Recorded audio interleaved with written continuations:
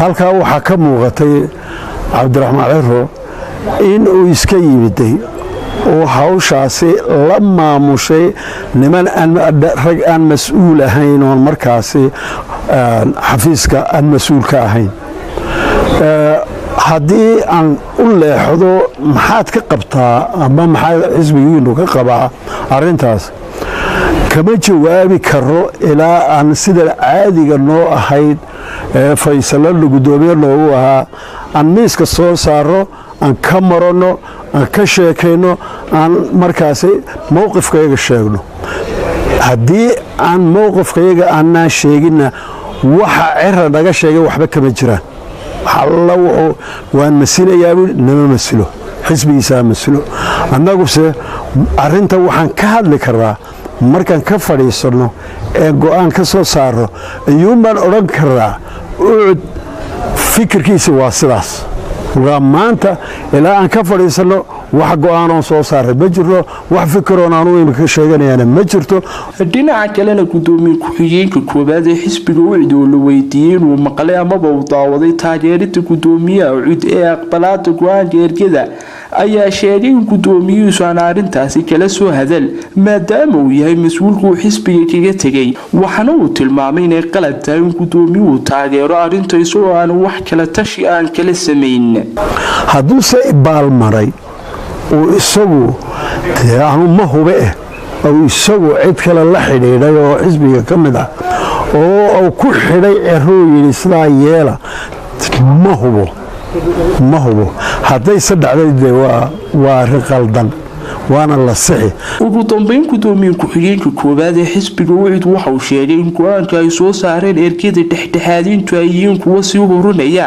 khilaafka xisbiyada iyo xukuumadda somalilan siduu hadalka u dhigay bada ay soo saareen waxaan u arkaynaa anuu fersafol shakhsiyan waxaan u arkayaa inay hawsha sii adkaynayso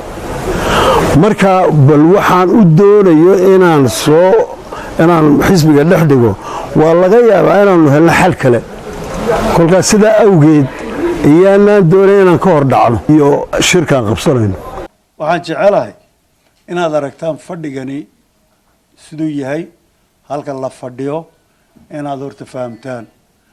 waxa weeye xisbigii ucud ragga meesha fadhiya waa raggii go-aankeega lahaa haddii ishuu yimaado kolka ishuu yimaado sida uu guddoomiyahayagu nagu tababaray waxa weeye inaan ishor fadhiisanno gorfayno go-aan wada jira ka soo saaro intaanaan xisbiye kale la kulmin ama xukuumad la kulmin taasi dhaqan bay noo ahayd markaa qaladka yaree dhacay wuxuu ahaa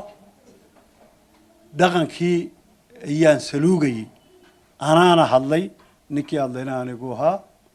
dhaqankii baan saluugayey waxba kama bedelayno warkii hore aada maqasheen labada xisbi ku hadleen waxaan ka bedelaynaa ma jirto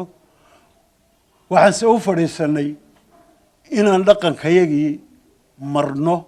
oo aan xalaalayno wax isbedelana ma jiro taasi waa taa marka waxaanu aada iyo aada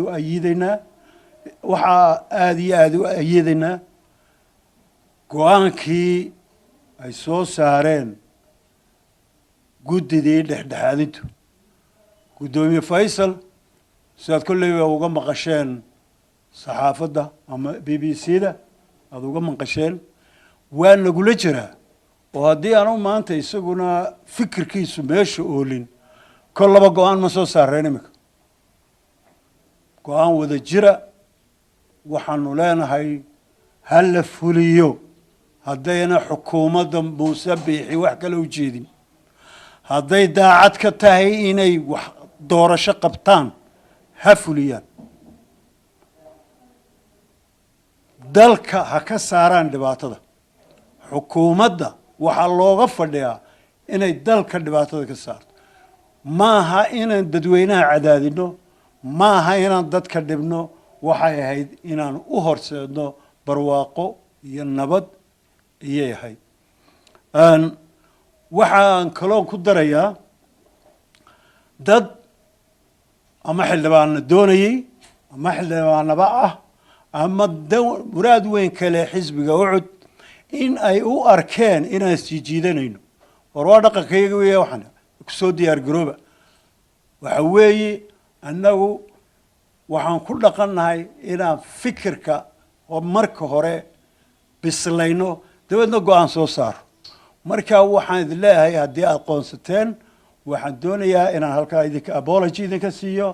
oo aad ogaataan xisbiga ucud inuu weli xisbigu yahay waxaa kaloo ku darayaa ciri iyo gruubkiisu ama wadani haddii ay u qaateen wax dhibaataa meesha ka arkeen iyadana waxaan leeyahay apology waxaa jira rag xildhibaana ah oo balaaki iyo saciid iyo ka mid ahaayeen iyo kuwo kale oo xalay ilaa shalay ka hadlayay go-aamadii la keenay waxaad mooddaa nimankaasi inay inoo sii horseedayaan in ay doonayaan inay kuraasta iska fadhiyaan oo xukuumadda dhiiri geliyaan inaan waxba la qaban nimankaa hadalkooga haddaad u fiirsataan niman wadaniyad ka shaqaynaya ilameeka niman jeebkooga ka shaqaynaya weegiin siday halkaa usii fadhi lahaayeen taas waxaan isleeyahay waxay muujinaysaa inayna diyaaru hayn arrintaasi in wax laga qabto waxaan ku talin lahaa qodobkaasi waa jabiseen oo wuxuu ka mid ahaa qodobadii guddidu soo saartay iyo ka mid ahaa sidaa awgeed waxaan idin leeyahay ka waantooba oo dalka wanaag u horseeda asalaamu calaykum arrinka ciro aan ka idhi iyo tamuraadkuu kala duwaya ciro halkan wuu fadhiyey waxaanu ku dhawaaqay go-aan ucud lahaa go-aan ucud lahaa buu ku dhawaaqay iyo isaguba